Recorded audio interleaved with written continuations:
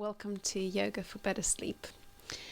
I have structured this half-hour practice so that we get the benefits of just winding down and bringing the body into a rest and regenerate state, and encouraging the nervous system to calm and relax and be present with the physical experience of having a body and a mind that is busy during the day and is able, on the other hand, to consciously relax, even though it can get into quite a tizzy during the day. But through the body, through being present with it, we're helping the mind also to calm down.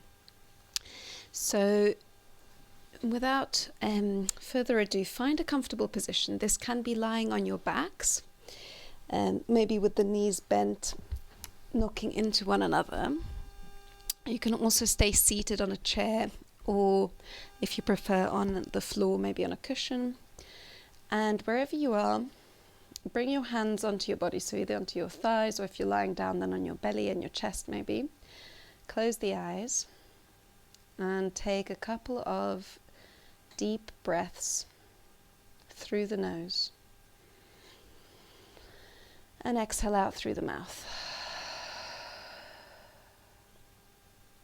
At least 2 more times breathing in. And as you exhale out through the mouth, releasing anything that's come up in the day. 1 more time breathing in.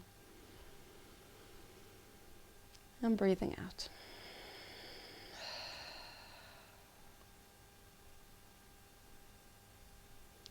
And as you lay here for a few more breaths, now I invite you to continue taking deep breaths, but exhale it out through the nose.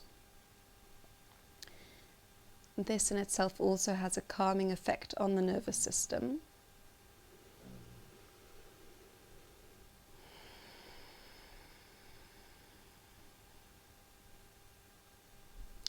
And as you lie here, I just want to read 5 important tips and important points that can improve the quality of your sleep. And I want you to just reflect on it and imagine yourself practicing these. So the number 1 most important point is a consistent bedtime and a consistent awake time.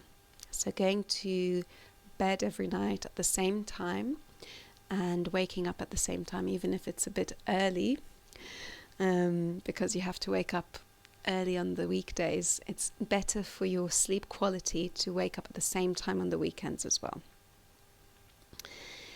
This is also often easier said than done, but if you just practice it for let's say 2 weeks and observe how you feel in general, you might notice improvements. And another way of looking at it is often when you sleep in a little bit on the weekend, actually you feel a bit more tired afterwards.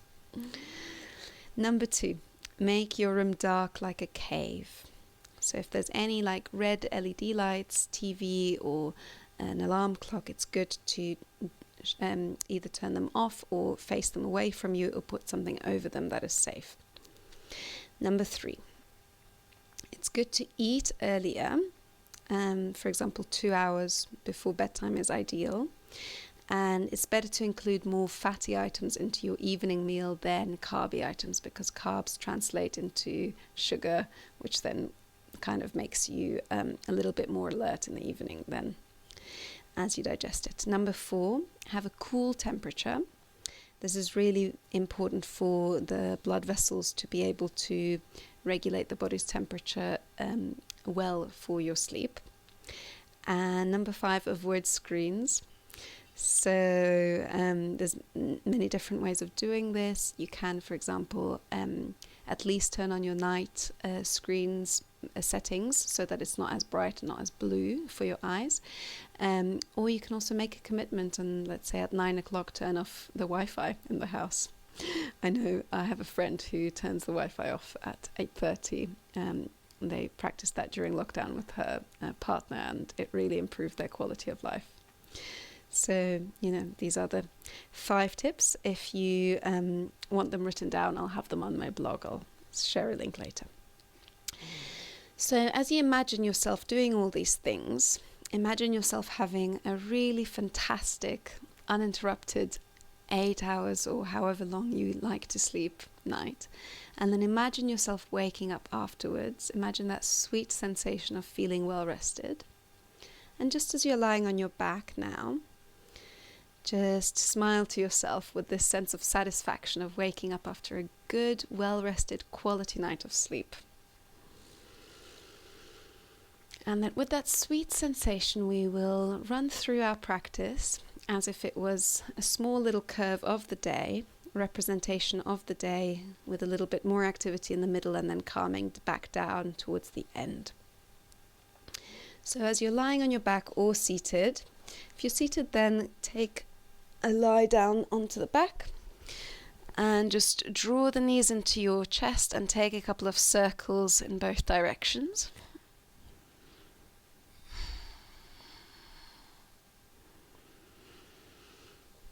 And then once you have taken a few circles, then draw the right ankle on top of the left thigh. Sukirandrasana. Flex both feet, eye of the needle. And then you've got a couple of options here. You can either interlace your hands behind the left thigh and draw the thigh closer to you, or you can do that over the shin bone. Either way, breathing in, breathing out. This practice will be slow so that you have time to be present with the sensations in the body, and if that you find them a little bit uncomfortable, you can observe your reaction to it. You can observe the muscles tensing up, and then you can consciously try and release them. Find that sweet spot where the muscles can relax rather than tense up further. So never practice through pain in yoga. If it hurts, then just ease out of it. Okay. And then keep the legs as they are, but then move the knees over to the right side, taking a little twist. Keep that right ankle on top of the left knee. And as you ease them down, extend the left arm out towards the left. Same principle here. Let the body get comfortable in this slightly uncomfortable twist, and let it relax down for 5 full breaths.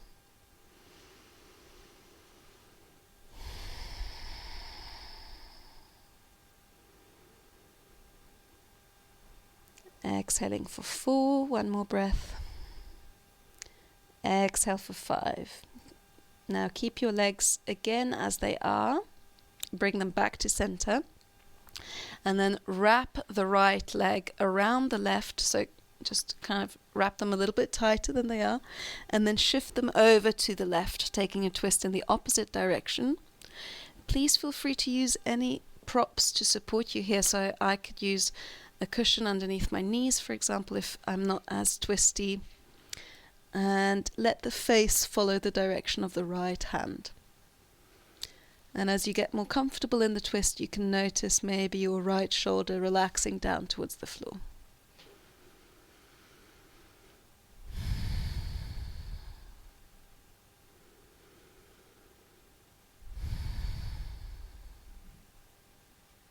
One more breath. And then slowly easing your way back to the center. And draw the knees in towards your chest. Take 3 more breaths here, drawing the knees closer. If you prefer, you can also draw your shins closer or your ankles closer. In an upside down cow face legs position.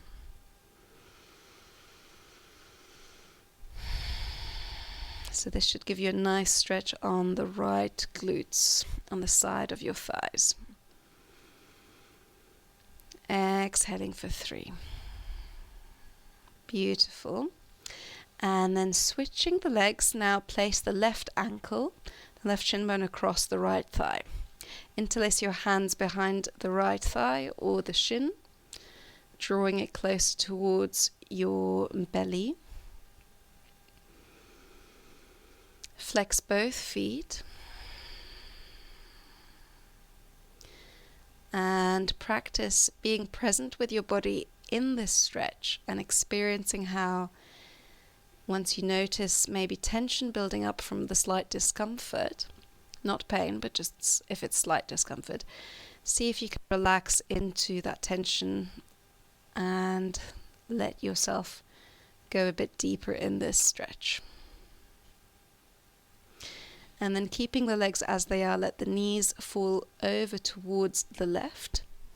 So the left foot is pushing the knee slightly down as you extend the right arm out to the right. Let your gaze follow the right hand and use the left hand maybe to ease the knee down. But again, never go too deep, so never go to a point of hurt. Just to a point where you can feel that you're stretching and maybe slightly tensing up in anticipation of the stretch, but notice that and try and release and relax it.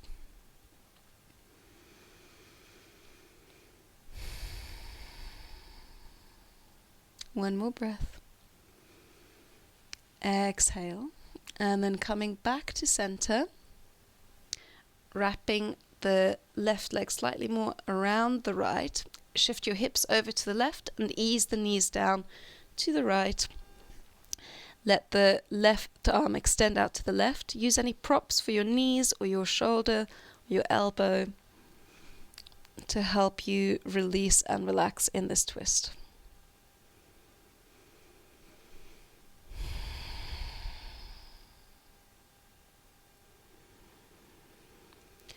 One of the ways that yoga helps with sleep is simply through counting breaths. We often slow down the breath and actually make it more effective, so make our breathing more efficient with our intake of oxygen and release of carbon dioxide.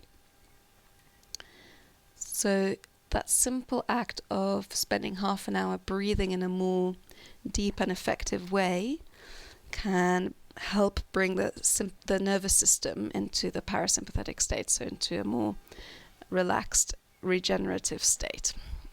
Okay, and then draw the knees closer towards your belly. Knees, or you can also hold onto the shin bones with the hands.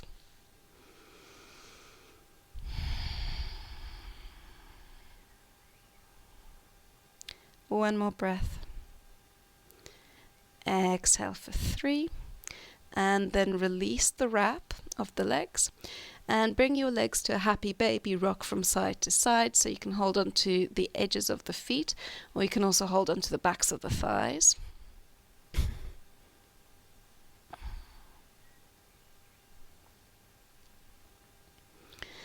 And then when you're ready, then start to rock up and down the spine until you come to a tabletop position, crossing your legs, rocking over the knees. From tabletop, take a couple of wrist stretches, loading the wrists maybe inwards first and then walking them around just gently, so not too much weight on them, walking them around. If you've been on your phone or on your computer all day, then your wrists and your hands are very much always in the same position like this. So it's really nice to stretch them out. And now place your palms down and walk the palms around. Again, don't put too much weight into them, just as much as feels nice. Back and forth a little bit, and then the other way around. All the way inwards and back towards you. Shift the weight back and forth a few times. Also keep the toes tucked, so you're stretching the sole of the feet. And then make your way back to tabletop.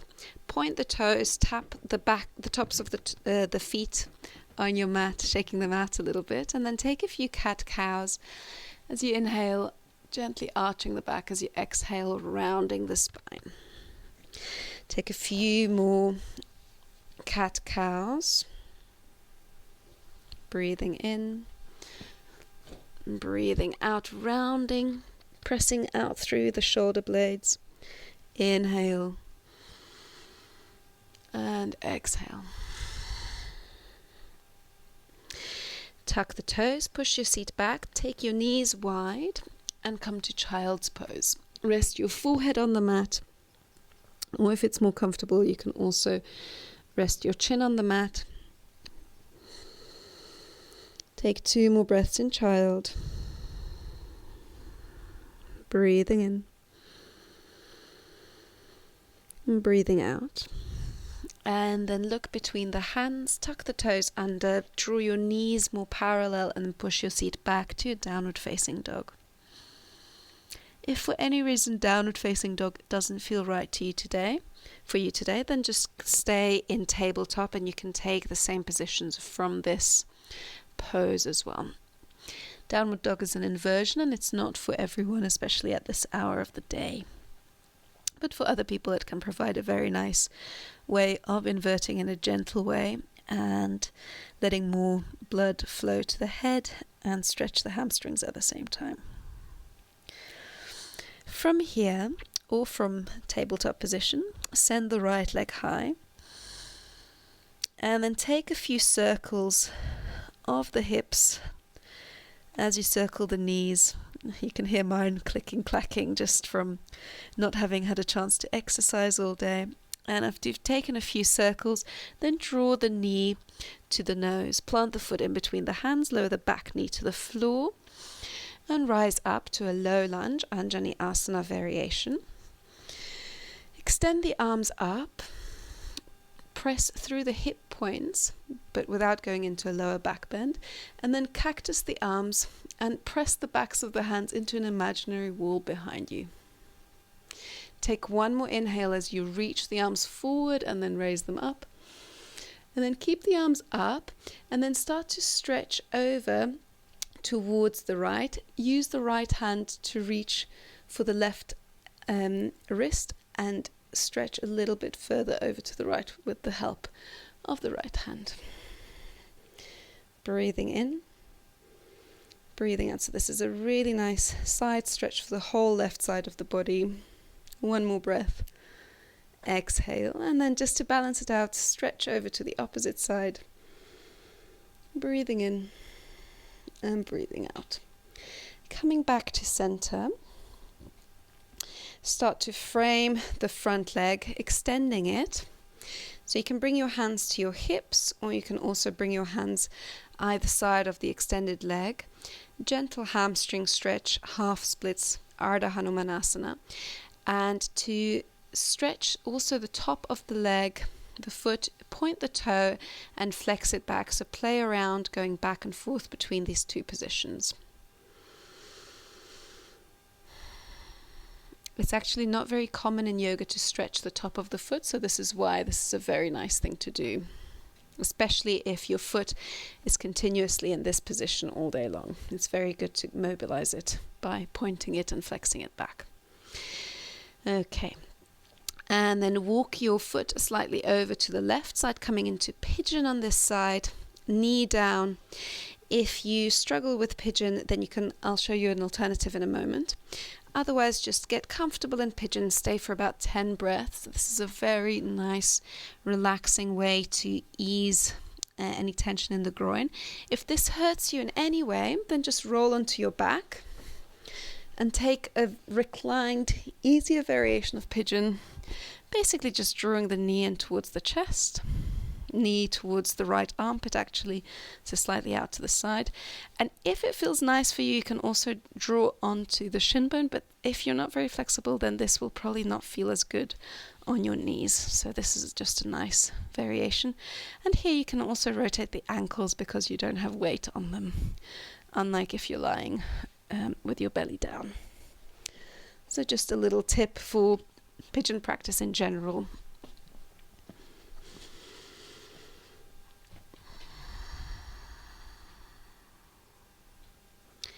Taking about 3 more breaths here.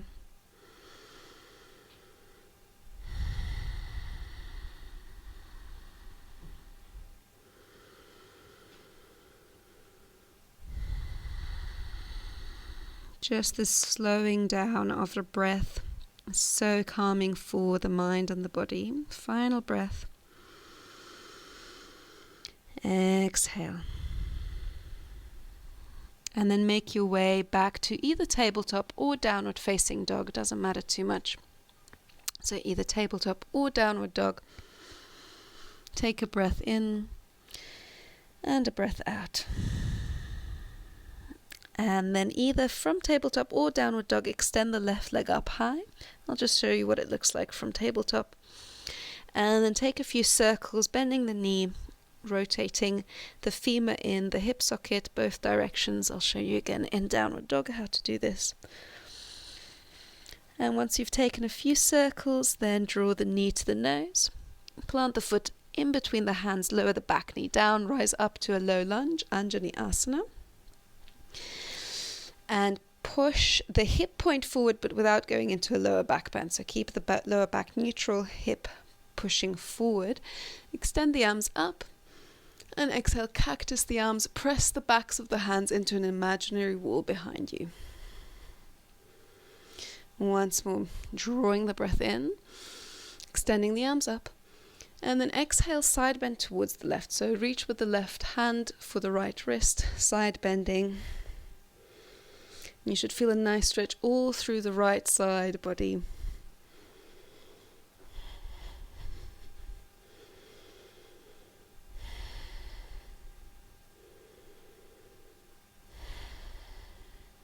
One more breath. And then stretching to the opposite side to derotate. Coming back to center, and then starting to extend the front leg. You can bring your hands to your hips, or you can also have them either side of your front extended leg, and try and keep the back long, so you're just drawing the belly towards the thigh rather than the chest to the shin bones. And here play around with pointing and flexing the foot back, so that nice way of flossing the nerves, the neural pathways on the top of the foot as well.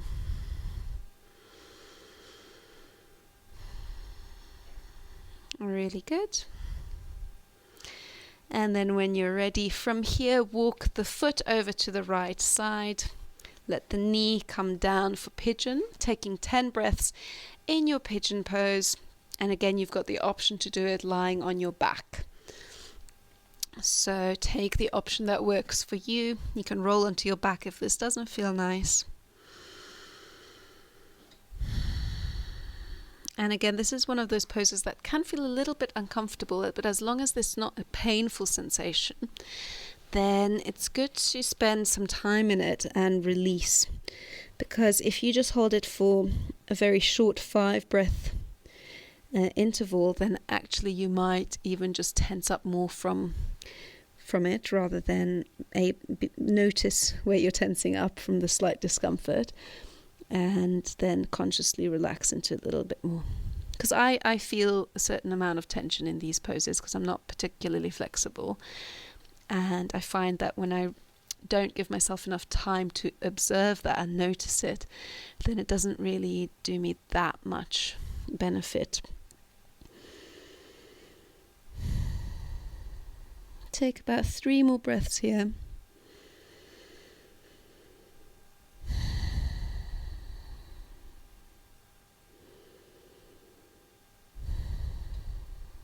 And 1 more breath. Beautiful. And then slowly bring yourself back to either a tabletop or a downward facing dog. So tabletop or downward dog. And then slowly walk the feet towards the hands. Come into a forward fold, grab hold of opposite elbows, and then sway your torso side to side, releasing the neck and softening in the knees as you do this.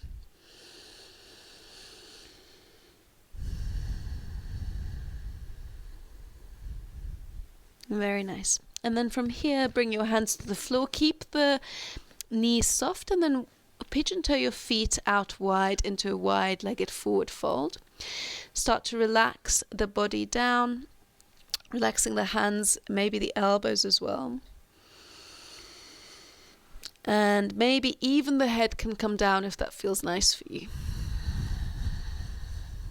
If it doesn't, then just keep it extending the arms out.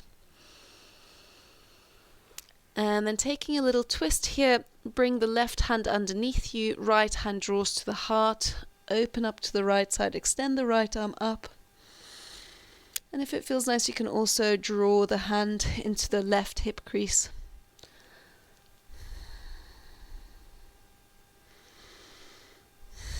One more breath. Exhale, and then coming back to center, relax the right hand down to the floor, bring the left hand first to your chest, open the chest to the left, then extend the left arm up. And if that feels nice, you can also bring it into the right hip crease to deepen the twist slightly.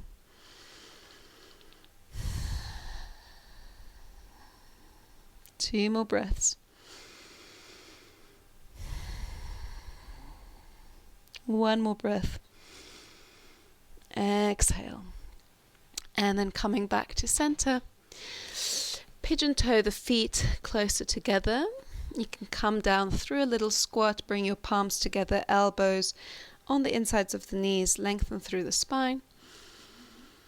And then once you're ready, you can bring your hands to the floor, take a little seat.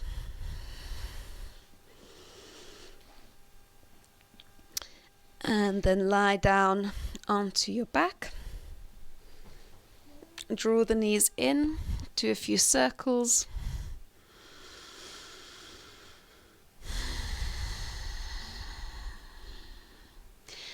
And then for your final relaxation, I invite you to practice Supta Baddha Konasana.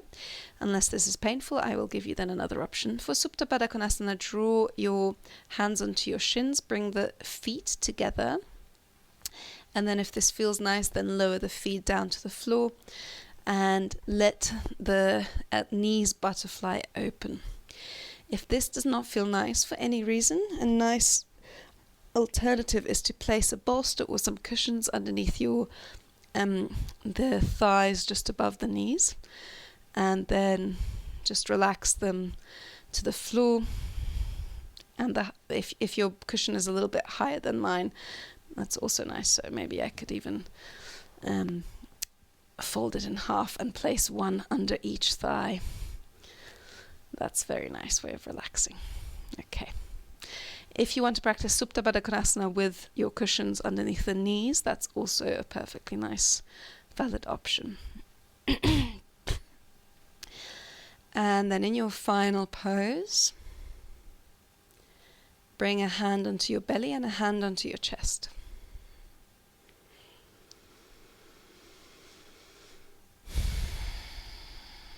And observe how your body feels after this nice 25 to 30 minutes of stretching and focusing on the breath and focusing on sensations in the body.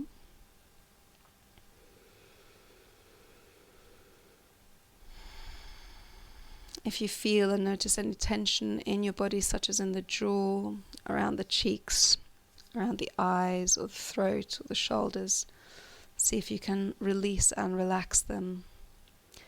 Observe how your belly and your chest are breathing freely, rising and falling with every inhale and exhale.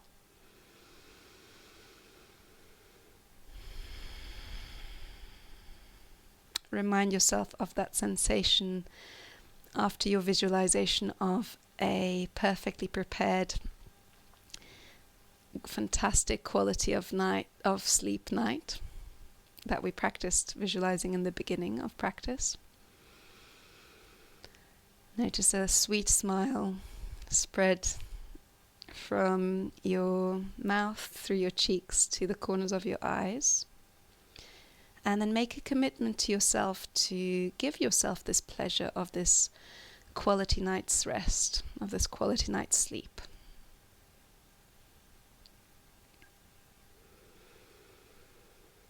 And honoring yourself and all beings around you through this commitment and giving yourself what you deserve.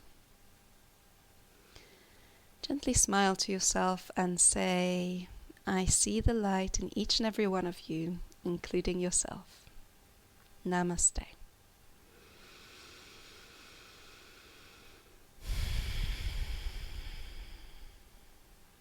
can stay here for a few more minutes resting. And whenever you're ready, you can move your fingers and your toes, and then gently bring your hands underneath your thighs to close the knees towards one another. Rock over to one side into a fetal position. Stay there for one breath.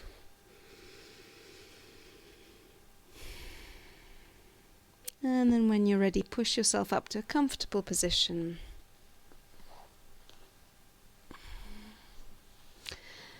Ready to start your evening ritual of preparing for a good quality night's rest. Thank you so much, everyone. If you have any questions, let me know in the comments. I will put these 5 points that I mentioned in the beginning of practice onto a blog post on my website, which you can find at maggiejamesyoga.com/blog. And I will put my sources there as well, because obviously I didn't do the research myself, so you can see where I got the research from too. Hope to see you here next week. I'll be here Thursday.